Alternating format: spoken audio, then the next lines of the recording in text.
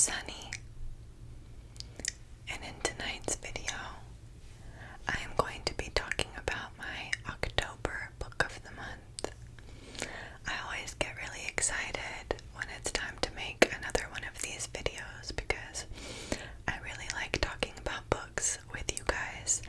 I really like book sounds, and it seems like you guys do too. So these are some of my favorite videos to make.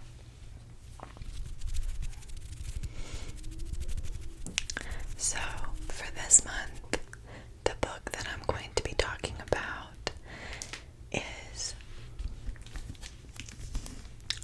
We Hunt the Flame by Hafsa Faisal. And I am going to preface this entire video by saying that I am very likely to mispronounce a lot of the names in this novel. So I am really sorry if I do. I'm not even sure that I said her name correctly. I hope I did. Hafsa Faisal. But I'm really excited to talk about this book. It is actually a duology. So there are two books in this set. We Hunt the Flame is the first one, and the one that I'm going to be talking about. And I am currently reading the second, which is called We Free the Stars. And I'm not done with it yet. But even if I was, I wouldn't talk about it because I wouldn't want to give away anything that happens in the first book by talking about the second. So,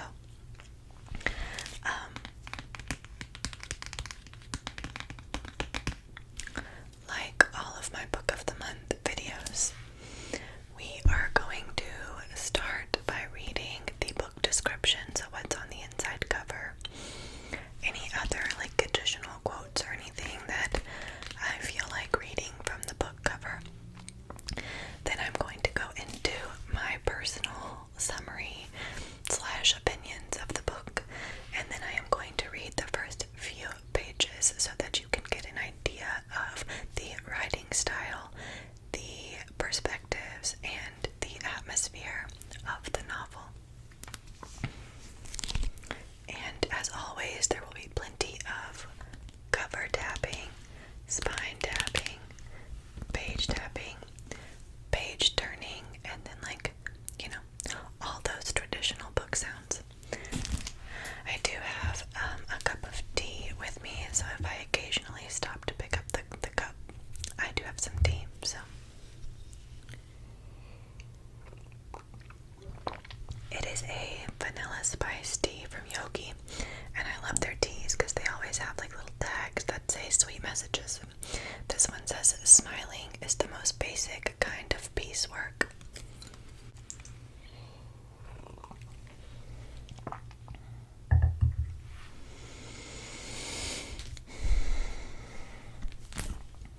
Okay, so let's start talking about We Hunt the Flame.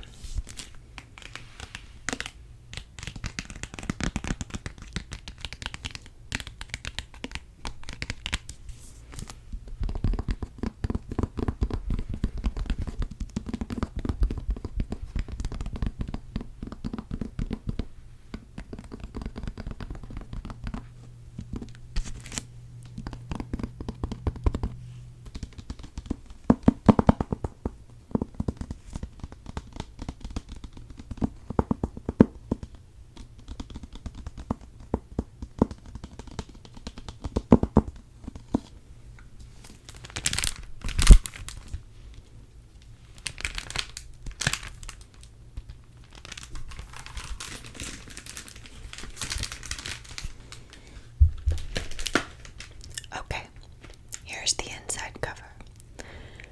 People lived because she killed. People died because he lived.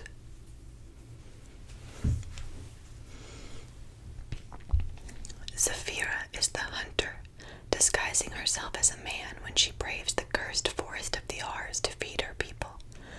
Nasir is the Prince of Death,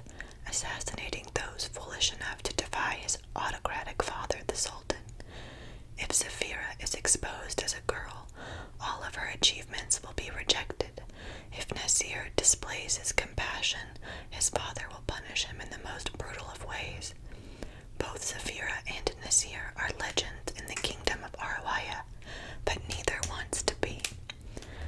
War is brewing, and the Ars sweeps closer with each passing day, engulfing the land in shadow, while Zafira embarks on a quest to uncover a lost artifact that can restore magic to her suffering world and stop the Ars.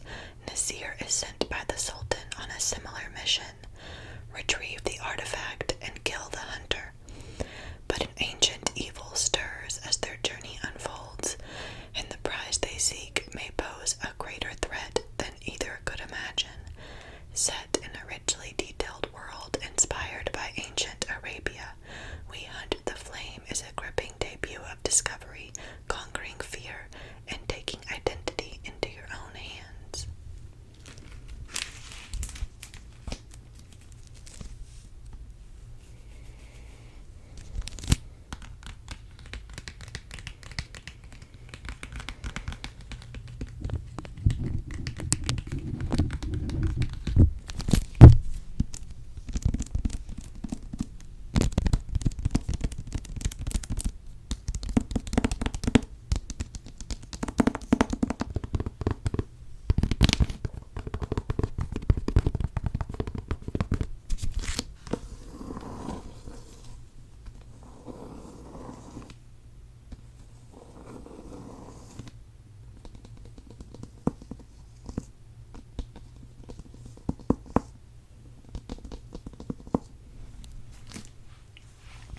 Okay, so on to my synopsis of the story.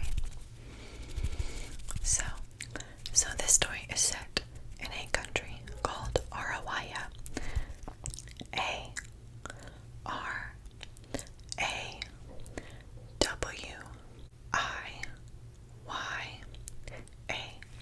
Arawaya.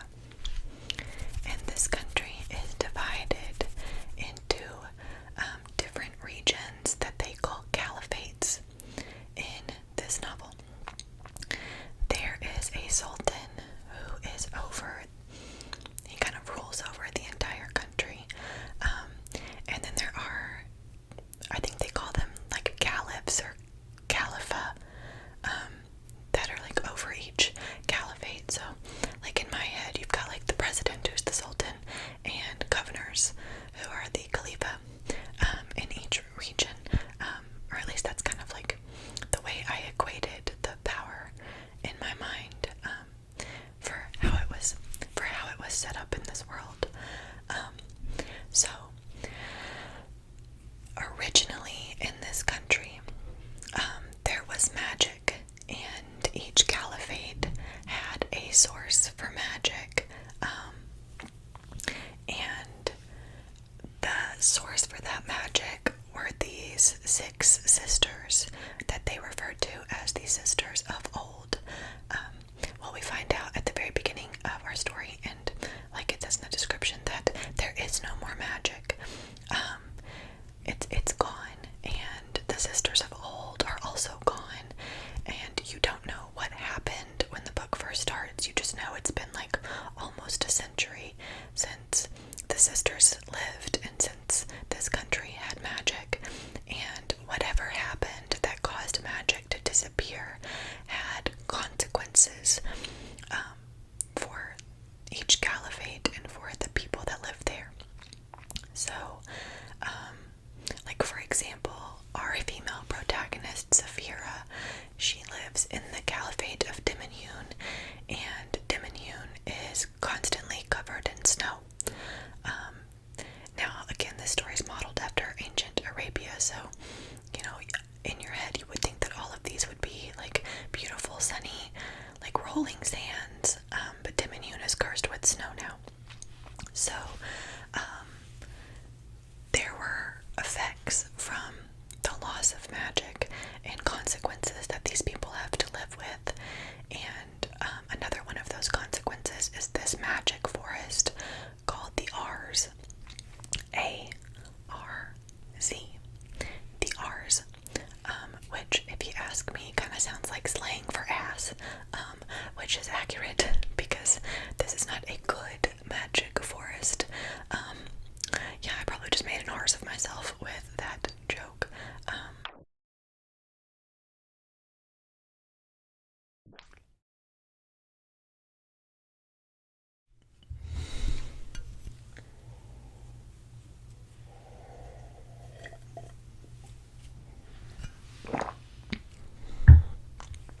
Anyway, I will try not to make any more terrible jokes. So this is not a good kind of magical forest. This is another one of the consequences. Basically, this like dark and scary forest is like slowly taking over more and more of the land. Like, it's just like slowly encroaching out, engulfing more and more territory. And that's not a good thing because people that go into the R's go crazy and usually die. So we don't want the big, scary, creepy, murdery forest engulfing any more territory than it already is. So that is the background. Oh, actually, do you know what I just remembered? There's a map at the beginning of the book. Okay, I know this is probably kind of hard to see, but this is the map. So you've got this island, Shar, here in the middle, and in their history, Shar is basically like a prison. So like all of the bad things and creatures and people were sent to Shar, and their warden was basically one of the sisters of old. And there's the barren sea around it, kind of separating all of the other caliphates from Shar. We've got Saracen, Sultan's Keep, which is where the Sultan lives, Diminion, Belusia, Alderamin, Zaram. And each one of these caliphates is kind of like known for something different. The Alderamin kind of keep to themselves, and the way that they're described, they kind of sound almost like Fae to me because they have like pointed ears and they're immortal. So that's Alderamin. And this like black part right here that we see, that is the R's. And then, oh look, they've actually got pictures of each of the 6 sisters of old in each corner. So that is the world that this novel takes place in. And the backstory on where we start when we meet our protagonists. As it mentions in the description, there are two protagonists that we follow in this novel. So we switch between 2 points of view. So we have Zafira, who is a huntress, but she has to pretend to be a boy, so she is referred to as the Diminion Hunter. So she lives in the Diminion Caliphate, and at the very beginning of the story, we find out that she is the only person who can go into the R's and come out unharmed. So she has developed a reputation as kind of being this like mythical hunter who is able to brave the R's, and then bring out food for her people, which is a big deal. In her caliphate, their Khalifa or their Caliph is basically a misogynist who blames women for the loss of magic in their world. So women are viewed as less than. They're not supposed to work. They're not supposed to have jobs. They're not supposed to do anything other than marry and have children and homemake. So very old school misogynistic view of women in the caliphate that she's from. So she's out here going into the R's, hunting for her people, and nobody can know who she is, or it will not end well for her. The other protagonist is Nasir, and we find out when his story starts that he is an assassin. assassin who has basically murdered a lot of people at the request of his father, who is the Sultan. So he has the nickname Prince of Darkness, and he really is a prince. He is the Sultan's son, but he's also an assassin, and he's just out here with an Arya Stark hit list, taking people out to stay on his father's good side, basically. You find out pretty early on in his perspective that he does not like being an assassin, but he doesn't really feel like he has much of a choice based on his relationship and the dynamic between him and his father. So, the plot of the novel and the way these two characters cross paths and kind of come together, there is this woman known as the Silver Witch who invites Zafira to basically go on this quest to the island of Shar to retrieve something that they call the Jawharat. And she basically tells her that if she retrieves this, it will restore magic to Arawaya. Zafira is immediately intrigued. She kind of has a little bit of a hero complex. You know, she's been a hunter, keeping her people fed and safe since she was a teenager. Now she has a chance to bring magic back to the entire country, and she's like, yeah, sounds like a pretty good deal to me. I think I want to do that. And Nasir is basically ordered by his father to go on the same quest, but kill everybody else that's there and bring the Jawharat back for himself. So Zafira and Nasir both set out on this quest to go to Shar, and as the story unfolds, you know, there are more people that end up on the island as well. Like there's Nasir's best friend, Altair al-Badawi, comes with him, and we love Altair. Altair is hilarious. His dialogue gave me life. We love it. He was comedic relief pretty frequently, but I loved him. And then there are some other characters that end up on Shar as well, and they are all on this quest together, trying to find this Jawharat, with the hunter, aka Huntress, guiding them so that they can restore magic. Like I said, Shar used to be basically like a prison for all of these, like, no good, very bad creatures. So it's not exactly a safe place for them to be questing through, traipsing across. So they do definitely face some challenges. This book also has a very well executed enemies to lovers trope. So if that's your cup of tea, this one is done well, very well executed. Slow burn, enemies to lovers. I'm trying to see what else I want to say. I don't know that there's much else that I can say without spoiling anything. So I think I will get into the reading and just give you some more book sounds.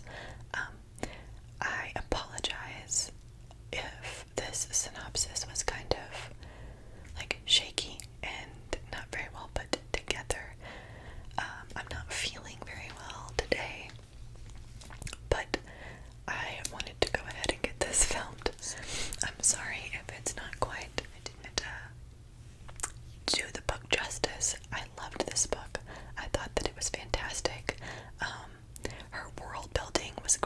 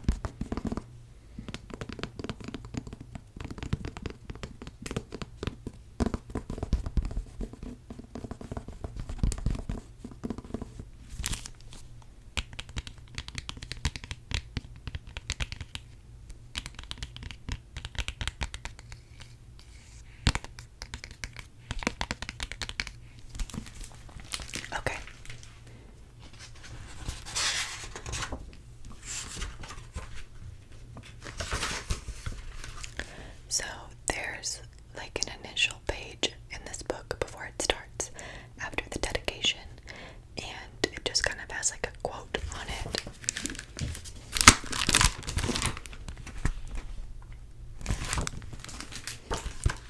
So I'm going to read that. "Love is for children," said the girl. "Death is for fools," said the shadow. "Darkness is my destiny," said the boy. "Allegiance is my undoing," said the eagle. "Suffering is our fate," said the beauty. And they were all horribly wrong.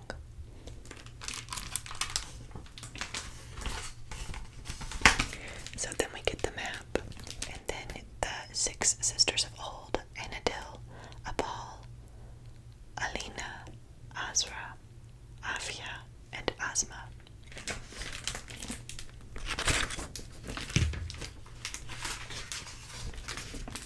So this book is broken into acts. So we start with Act 1, Silver as a Crescent Moon. So Chapter 1, we start with Zafira's perspective. People lived because she killed, and if that meant braving the R's where even the sun was afraid to glimpse, then so be it. On the occasional good day, Zafira bint Iskender mused that she was braver than the sun itself. Most days she couldn't wait until the ever-night R's was behind her, and she was firmly rooted in the plains of her caliphate, Dama snow and all. Today was one of those days. Despite the antlers rough against her hands, she stepped free of the cursed prison of a forest, pretending her sigh was due to her task being complete, rather than a product of the tightly coiled fear unwinding in her heart. The morning sun kissed her cheeks in welcome. "Marhaba to you too, coward." Sunlight was always faint in the caliphate of Timanur, because the sun didn't know what to do with the snow that should be sand. Before her, the sea of white rolled out smooth and pristine.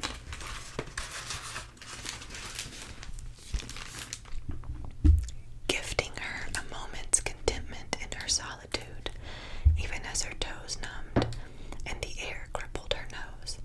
For in a caliphate where a woman's actions were always in danger of being turned against her, there was nothing easy about pretending to be a man, not when she had the curves of a woman and the voice and gait of one too. She dragged her dear carcass along, a trail of steam in her wake, the sullied snow and eerie crimson. There was a promise in the air, a stillness in the earth and in the whispering trees. It's nothing. Paranoia had a way of visiting when he was least desired. She was a bundle of emotions because of the impending wedding, that was all. Sukkar nickered from the rotting post where she had tethered him, blending him with his near-white coat. While she made quick work of tying the deer to her stallion's saddle, he remained still, as sweet as the name she had given him. "We had a good hunt today," she said to the horse who hadn't helped and swung onto his back. Sukkar didn't react, content with staring across the distance into the R's, as if an ifrit would leap out and swallow him whole. "Dastard," Zafira said, a smile on her numbing lips. Though everyone was a coward when it came to the forest, each of the 5 caliphates that made up Arawaya were afraid of the R's, for it rimmed those lands too. It was a curse they'd shared ever since the land had been robbed of magic. Baba had taught Zafira that the R's was, in many ways, simply a forest. He had taught her of ways to use it to her benefit, ways to believe she could tame it, when in reality she could not. No one could. His death had proved as much. I think instead of continuing to read from this chapter like I normally would, I'm going to jump to the next one so that we can get a little bit of Nasir's perspective as well.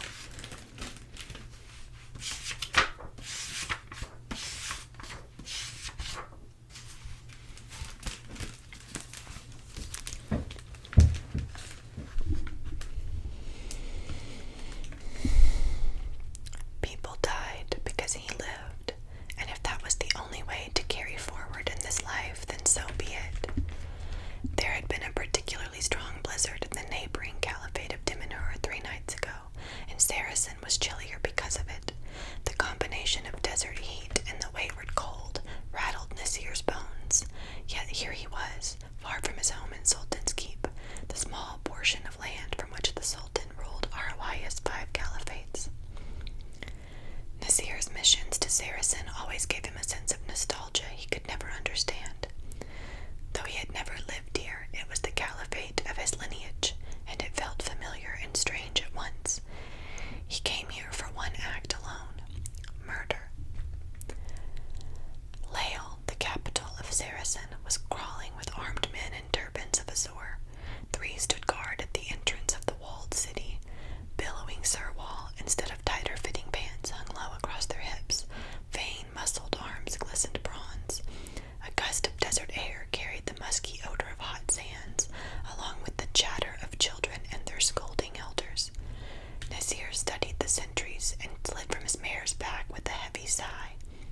He had no need for a skirmish with a horde of low-born men. "Looks like I'll be taking the long route," he murmured, rubbing a hand across Afia's flank.